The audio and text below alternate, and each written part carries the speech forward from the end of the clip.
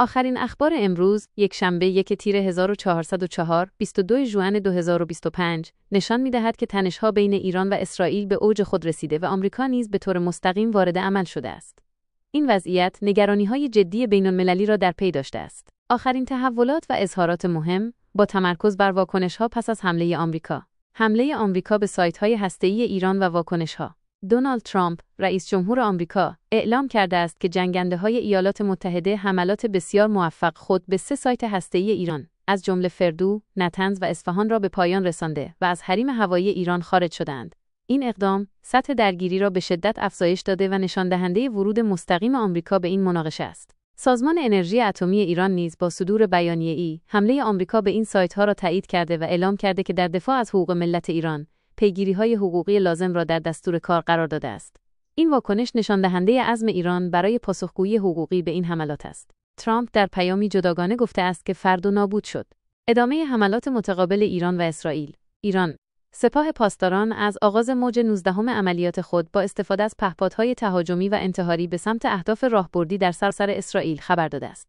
سخنگوی سپاه اعلام کرده که برج میزبان دفتر شرکت هوش مصنوعی AI Wolf Labs و سایر شرکت‌های نرم افزار صنایع نظامی اسرائیل در حیفا هدف گرفته شده است. اسرائیل، حملات به مناطق مختلف ایران از جمله اصفهان، قم، تهران، کرج، شیراز و لرستان ادامه دارد. در این حملات تلفاتی نیز به غیرنظامیان وارد شده است، از جمله شهادت یک نوجوان 16 ساله در قم و 3 عضو یک خانواده در اندیمشک. رسانه‌های اسرائیلی نیز ادعا کردند که در حملات به قم و اصفهان 2 فرمانده ارشد سپاه پاسداران را کشتند. یک پهپاد اسرائیلی نیز در تبریز ساقط شده است. هشدارهای ایران. سخنگوی قرارگاه مرکزی خاتم الانبیا سنت بزاندقس هوگو هشدار داده است که ارسال هر گونه تجهیزات نظامی یا راداری توسط هر کشوری برای کمک به رژیم صهیونیستی هدفی مشروع برای نیروهای مسلح ایران خواهد بود.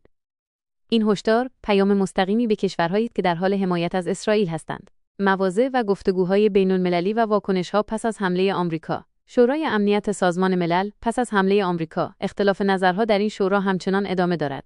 نماینده آمریکا بر تمام قد در کنار اسرائیل ایستادن تاکید کرده و این حمله را در راستای حمایت از امنیت اسرائیل توجیه کرده است. در حالی که نماینده روسیه معتقد است اسرائیل در تلاش است تا کشورهای ثالث را به جنگ بکشاند و این اقدام آمریکا را به عنوان تشدید خطرناک تنش‌ها محکوم کرده است. نماینده ایران نیز بر حق دفاع مشروع خود پافشاری می‌کند و حمله به سایت‌های هسته‌ای را نقض آشکار قوانین بین کشورهای عربی. وزرای خارجه کشورهای عربی در بیانیه‌ای تجاوز رژیم اشغالگر اسرائیل به جمهوری اسلامی ایران و نقض حاکمیت آن را محکوم کردند. این محکومیت‌ها پس از حمله آمریکا شدت بیشتری گرفته و نگرانی‌ها از گسترش درگیری را افزایش داده است. وزیر خارجه اردن نیز خواستار توقف فوری این تجاوز و بازگشت طرفین به مذاکرات شده است. ترکیه، رئیس جمهور اردوغان هشدار داده که جنگ ایران و اسرائیل می‌تواند موج جدید مهاجرت به اروپا ایجاد کند و حملات اسرائیل را تروریسم دولتی توصیف کرده و دفاع ایران را حق طبیعی، قانونی و مشروع این کشور دانسته است.